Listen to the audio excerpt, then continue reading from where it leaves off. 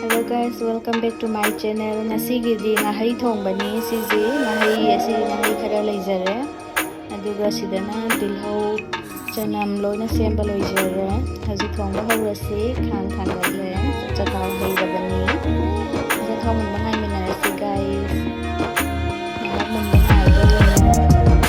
chathau jamun sile taste bata hapjare adai mathang haptuini tilau hapjare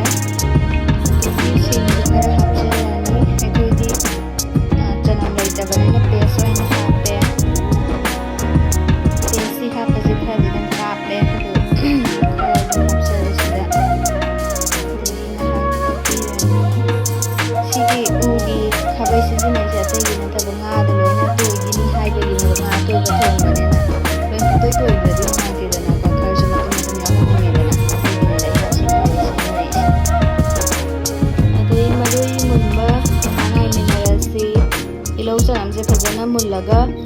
हापट्रगदी इंजांग Mahav वटलेबा सिजे मुंद्रदि तिलहौ कई जीरा हापचरे अदगी सी मरु मरांग जे युमदा सुबनी जीरागा कइनो फदिगो मरुदुगनेबा सिजे सुगारगा हापिने असमनम खुनुम सिमा अखोइदि सिजे सिजिनाय अतै मसाला आमदा हापते अदु अतै मसाला सिजिनारोइद्रि ने सिदा मिर्च पाउडर खतंने अइना सिजिनादोइसि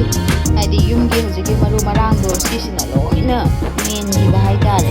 मनमसे याम नुसिबा सिदा केमिकल गे मसाला सेमबेगी अदु सिसि केम यावरा इसागी युमदा सेमजबसु ओइरे सिनाजु हावबसु हेली मनमसे याम नुसि ngahak munba ngai minarasi munbabudi hawjule nga hape yare nga si khara sumaina chaithok hapjage nga si khara su matong je sumaina pikna kaktuini ko haidi khara su toina thongbani haraga khara su matamda kha yauna bane jang horen loirakpada sumain kha sando hapjare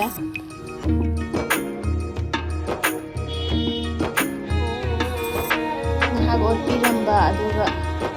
si khabai je ngasai na hajagi bada nga toidana hagagi hapasida haiphet sasat ot piramani aduga nga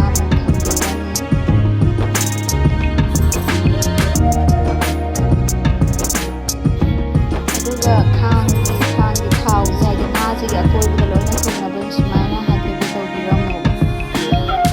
aduga nga adu napsimdana bani ko ओट सुमायना तौरगा ओटनी खबैना ओटदा नतेगा नापरगा थोंबदी सुमायना hyphae तौरगा अदुगा सिदा थोंबजे कोदी खांग दोइना तौरे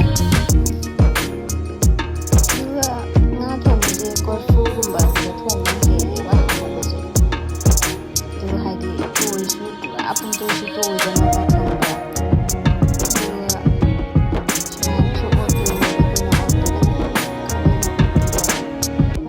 karaga de mo khabe sijina gadi yare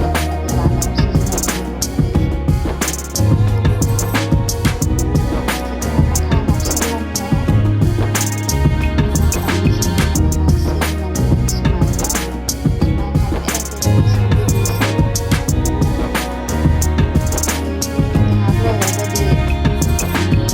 hapsin biara ani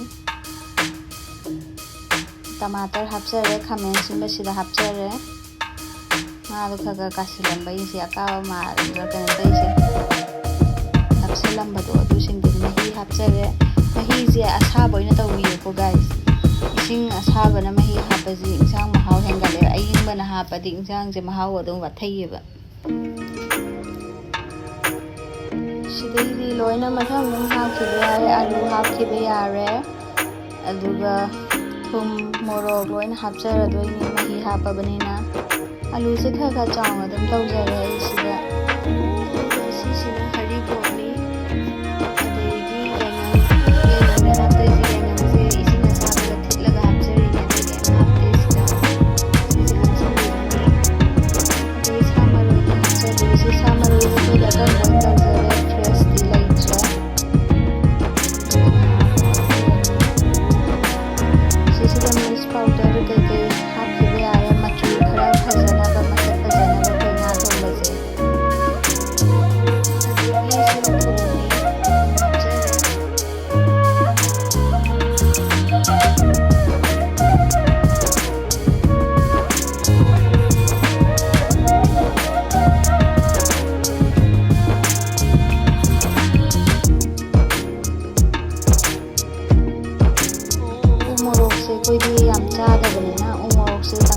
ꯍꯥꯞꯆꯔꯦꯕ ꯃꯣꯔꯣꯛ ꯌꯥꯝ ꯆꯥꯗꯦꯕ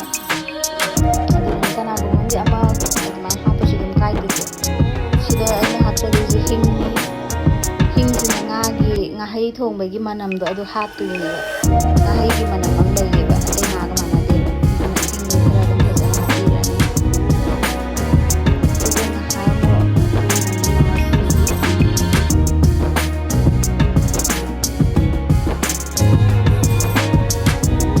mix ꯇꯧꯗ ꯍꯥꯞꯄ ꯌꯥꯁꯤꯜꯂꯛꯑꯦ ꯒꯥꯏꯁ mix ꯇꯧꯗ ꯈꯔ ꯆꯥꯏꯁꯤꯟꯖꯔꯦ ꯑꯩꯅ ꯉꯁꯥꯏ ꯍꯩꯖꯈꯤꯕꯗꯣ ꯃꯁꯛ ꯈꯔ ꯐꯖꯅꯕ ꯑꯗꯨꯏꯅꯤꯗ khitanga watle khitanga amuk hapke yarani siga hapchiladi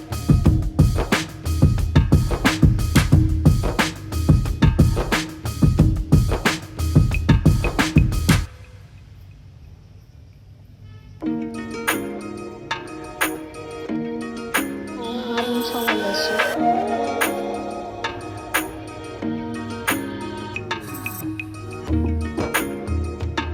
ꯀꯨꯞꯈꯤꯕ ꯌꯥꯔꯦ ꯁꯤ ꯉꯥꯟ ꯂꯩꯔꯗꯤ ꯃꯈꯨꯝ ꯀꯨꯞꯄꯒ ꯉꯥꯏꯍꯥꯛ ꯑꯂꯨ ꯃꯨꯟꯅꯕ ꯃꯈꯨꯝꯁꯦ ꯉꯥꯏꯍꯥꯛ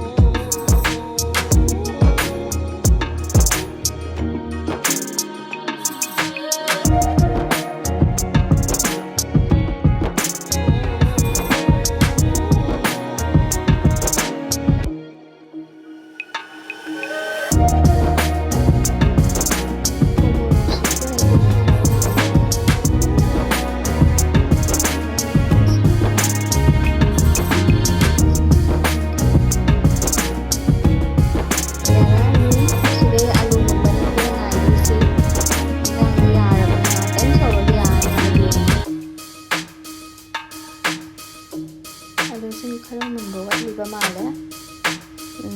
khara watlibase changdeba ngakang thamgise ai ngahak leitharaga ngahak makhum kupa thamasi